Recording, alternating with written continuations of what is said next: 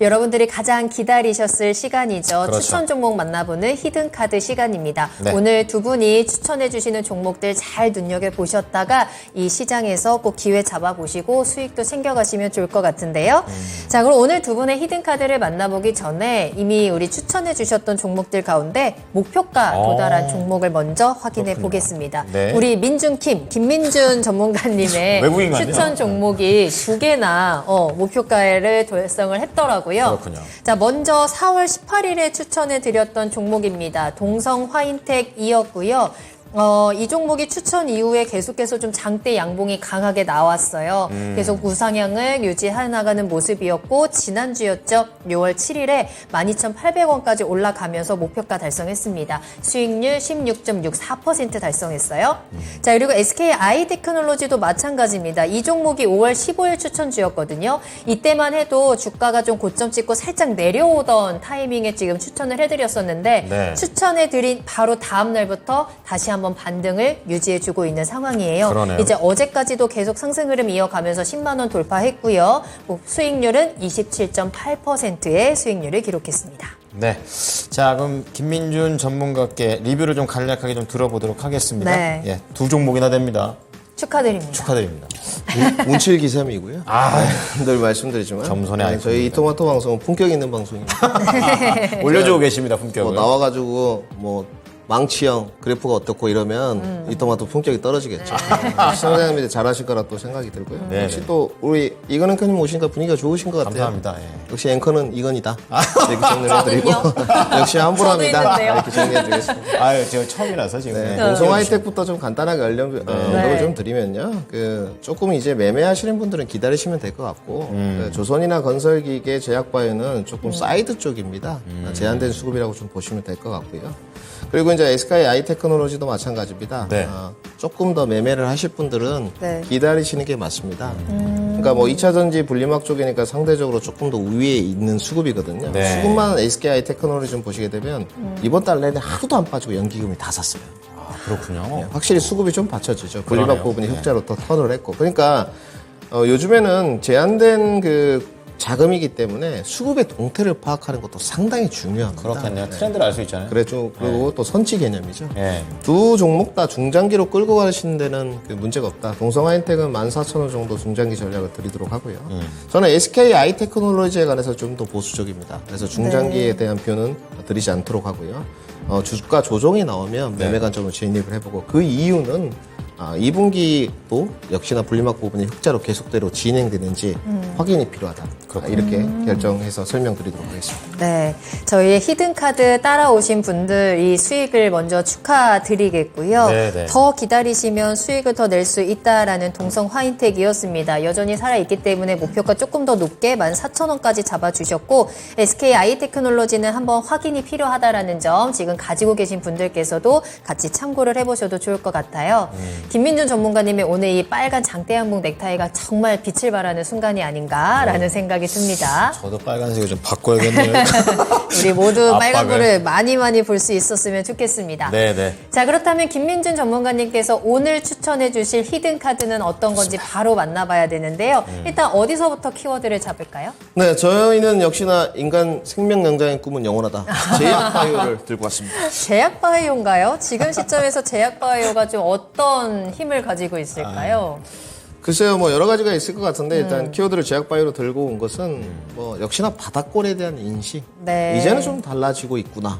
투심을 좀 회복하는 그런 기조인 것 같고요. 역시나 투심이 회복된다는 것은, 역시나 중견 제약업체를 필두로 수급이 회복되고 있다. 이렇게 좀 생각이 들고요. 그리고 이제 제약바이오를 일컬을 때, 이거만큼 성장주가 있느냐. 제약바이오는 영원한 성장주고요. 의견이 분분합니다만은, 햄버거도 제약바이오가 가장 많이 나온다. 이렇게 말씀드리고 싶습니다. 근데 또 그만큼 좀 무섭기도 하고 리스크가 큰 종목들도 제약바이오가 아닐까라는 생각을 하고 있기 때문에 네. 특히나 앞서 계속 말씀해 주셨던 이 유동성이라든지 주도주만 가는 이런 상황에서는 이 안에서도 종목을 정말 잘 선택해야 될 것 그쵸? 같거든요. 예. 자, 그러면 어떤 종목들을 눈여겨봐야 되는 건지 건지 그렇죠. 후보 종목들을 먼저 공개하도록 하겠습니다. 6가지 히든카드 들어와 있고요. 바로 뒤집어 보도록 할게요. 아무래도 굵직굵직한 종목들이 지금 많이 들어와 있어요. 그러네요. 삼성 바이오로직스와 셀트리온 앞서서 또 진단을 해드렸죠. 그랬죠. 유한양행, 바이넥스 자리 잡고 있고요. 한미약품이 또 기다리고 있네요. 네. ST팜까지 오늘의 후보 종목에 들어와 있습니다. 자, 그럼 이 가운데 오늘 김민준 전문가님의 히든카드 더욱더 이제 기대가 됩니다. 워낙에 목표가를 2종목이나 지금 달성을 기운이 했기 좋죠. 때문에 네, 기운이 자, 좋아요. 이 기운을 몰아갈 이번 주 히든카드는 과연 무엇일까요? 네, 지난번에 제가 유한양에 한번 들고 왔기 그랬어요. 때문에 네. 아무래도 예측하기를 좀 하셨을 것 같은데 좀 소형 종목 중에서 바이넥스를 들고 왔습니다. 바이넥스 한번 살펴보도록 하겠습니다. 네. 바이넥스라는 종목은 오늘도 뭐 빨간불을 잘 켜내고 있기는 한데 앞으로 어떤 모멘텀을 기대할 수 있을까요? 네, 역시나 이제 그 제약바이오 선정을 할 때 네. 가장 포커싱을 하는 게 무엇이어야 되냐? 내가 가장 초점을 맞추는 부분이 무엇이어야 되냐? 여기로 기결이 돼야 되거든요. 네. 그러니까 제약바이오를 볼 때 모멘텀을 보시는 분도 있고 또 실적을 보시는 분도 있어요. 근데 지금은 역시나 유동성 축소 국면이고 고금리 상황이기 때문에 재무라든지 좀 실적이 기반되는 종목이 과연 선정을 먼저 해야 된다. 네. 저는 이렇게 좀 보는 약간 쪽이고요. 보수적으로 보시는 거네요. 네, 그렇죠. 네. 그러니까 시장의 유동성이 조금 더 풍부해지면 아하. 실적보다는 재무가 좀 튼튼하면서 그렇죠. 모멘텀이 좀 좋은 쪽. 네, 네. 이렇게 좀 기결되는 거고 네. 지금은 그래도 실적은 어느 정도 확보가 좀 돼야 되지 않겠느냐. 중장기 성장 동력이 좀 있는 기업. 그래서 바이넥스를 좀 뽑아봤고요. 여러분들이 이제 잘 알고 계시는 CMO, CDMO 기업입니다. 네, 위탁 생산도 하고 있고. 그런데 그 시청자분들 잘 모르시는 부분이 있어요. 지금은 이제 뭐 CMO, CDMO 전쟁이라고 하긴 하는데 네. 이 기업은 아직까지는 매출 구성 비율을 보시게 되면 위탁 생산 비율이 높진 않습니다. 이 부분은 참고를 좀 하시고요. 네. 저는 일단 1분기 실적에 주목을 좀 했습니다. 그 제약바이오 기업들이 뭐 실적이 없는 기업들이 상당히 많지 않습니까? 그런 네. 기업들은 역시나 이제 기술 수출 이전 계약을 하는 쪽인데 이 기업은 보시게 되면 작년에 그 172억 영업이익을 찍었거든요. 영업이익률도 10%가 넘습니다. 근데 올해 가이드에서 263억인데 제 1분기 실적이 이제 문제였는데 네. 역시나 올랐습니다. 거의 3배 가까이 성장을 했고요. 전년 동기가 1분기가 26억이었는데 올해 83억을 찍었습니다. 확실히 실적으로 좀 화답을 했고. 네. 근데 역시나 제약바이오다 보니까 주가 퍼포먼스가 안 좋았어요. 바닥권에 대한 인식은 있었죠. 이제 9,000원부터. 그래서 주가가 올라왔고. 두 번째는 역시나 이제 제한된 수급인데 외인 수급이나 기관 수급이 좀 개선이 되고 있느냐 이런 부분이었던 것 같은데 네. 뭐 최근에 상거래일 정도는 조금 개인 투자자들이 붙으면서 빠졌습니다만은 전체적으로 수급 상황이 나쁘지 않은 것 같습니다. 네, 네. 소형 종목인데도 외국인들 수급이 좀 받쳐주고 있다 이번 달에. 그래서 주가가 9,000원부터 이 종목이 지금 12,000원까지 올랐거든요. 30% 정도 상승을 했죠. 역시나 그 CMO 매출 성장인 것 같습니다. 아까 이제 매출 비중이 아직까지는 의약품이 좀 많은데 이 기업 자체가 CMO 쪽에서 좀 열을 올리고 있거든요. 네. 위탁 생산에서. 그리고 수주잔고를 제가 좀 봤는데 글쎄요, 수주잔고 더 늘어날 것 같습니다. 이제 400억 후반대인데 500억까지 좀 넘어가지 않겠느냐 올해는. 그것도 네. 좋은 소식이죠. 계속적으로 네. 그 위탁 생산에 대한 수정과 좀 늘어날 전망인 것 같고요. 그다음에 제가 오늘 전자공시에 들어가서 매출 구성표를 좀 뜯어봤는데 의약품 그 사업을 좀 봤습니다. 네. 그 2020년부터 올해까지 좀 봤는데 의약품 사업이 정제, 액제, 캡슐, 그 점안제 이렇게 좀 나눠져 있던데 네. 거의가 모든 이 정제, 액제, 캡슐, 점안제 부분이 계속적으로 실적이 올라가고 있어요. 그러니까 시장에서도 그렇군요. 의약품도 선택을 받고 있다는 부분이죠. 그렇죠. 그러니까 이 회사의 원동력은 확실한 것 같습니다. 하고자 하는 것들이. 위탁 생산의 부분에 관해서 수주장을 늘려가면서 매출 성장을 가져가고 네. 의약품에 관해서는 시장의 MS 부분, 점유율 부분을 높여가겠다. 그래서 지금까지는 성공적으로 걸어오고 있는 것 같아요. 네. 그래서 올해 소형 종목인데도 가이던스가 전년 동기 기준으로 높게 잡혀 있습니다. 그리고 1분기 실적을 화답을 했고 네. 그러면 주가는 조금 리레이팅이 필요하지 않겠느냐 재평가가 좀 필요하다고 보여지는 쪽이고요. 네. 제한된 수급이긴 한데 주가가 제가 봤을 때 좀 눌림목이 나올 것 같습니다.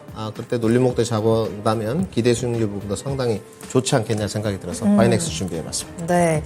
또 얼마 전에 이 제약 바이오 기업 10곳 중에 6곳은 내실이 더 안 좋아졌다라는 기사를 봤었는데 아, 그렇군요. 바이넥스는 이제 거기서 살아남았죠. 알짜 기업이다라고 할 수 있을 것 같고요. 네. 호실적을 유지하고 있고 이 실적을 확대하는 것도 잘 진행이 되고 있는 것 같습니다. 네. 이러한 긍정적인 부분에서 지금 저희가 좀 기회를 잡아봐야 될 것 같은데 그렇다면 어떤 투자 전략이 필요한 건지 가격적인 전략도 한번 만나볼까요? 네, 우선 그 단기 반등세는 좀 어려울 것 같습니다. 네. 그래서 너무 단기나 단타 접근을 하지 마시고 투자 기간은 스윙 접근으로 2, 3개월은 좀 확보를 하시고요. 그 전에 도달하면 좋은 거니까. 네. 내일 주가는 뭐 오늘 CPI가 뭐 조금 잘 나와서 좀 뜰 것 같은데 네. FOMC를 좀 본다면 조정은 좀 있을 것 같아서 11,000원 이하에서 매수를 좀 하셨으면 좋겠고요. 목표가는 13,000원 드리도록 하고요. 한 20% 정도면 적당할 것 같습니다. 매매 관점으로는. 손절가는 1,200원 제시도록 하겠습니다. 네. 바이넥스 오늘 11,200원 거래 마쳤거든요. 살짝 조정 나오고 이 흐름 확인하신 이후에 11,000원 이하에서 접근하시고요. 20% 수익 챙겨드리겠습니다. 목표가 13,000원 확인하시길 바랍니다.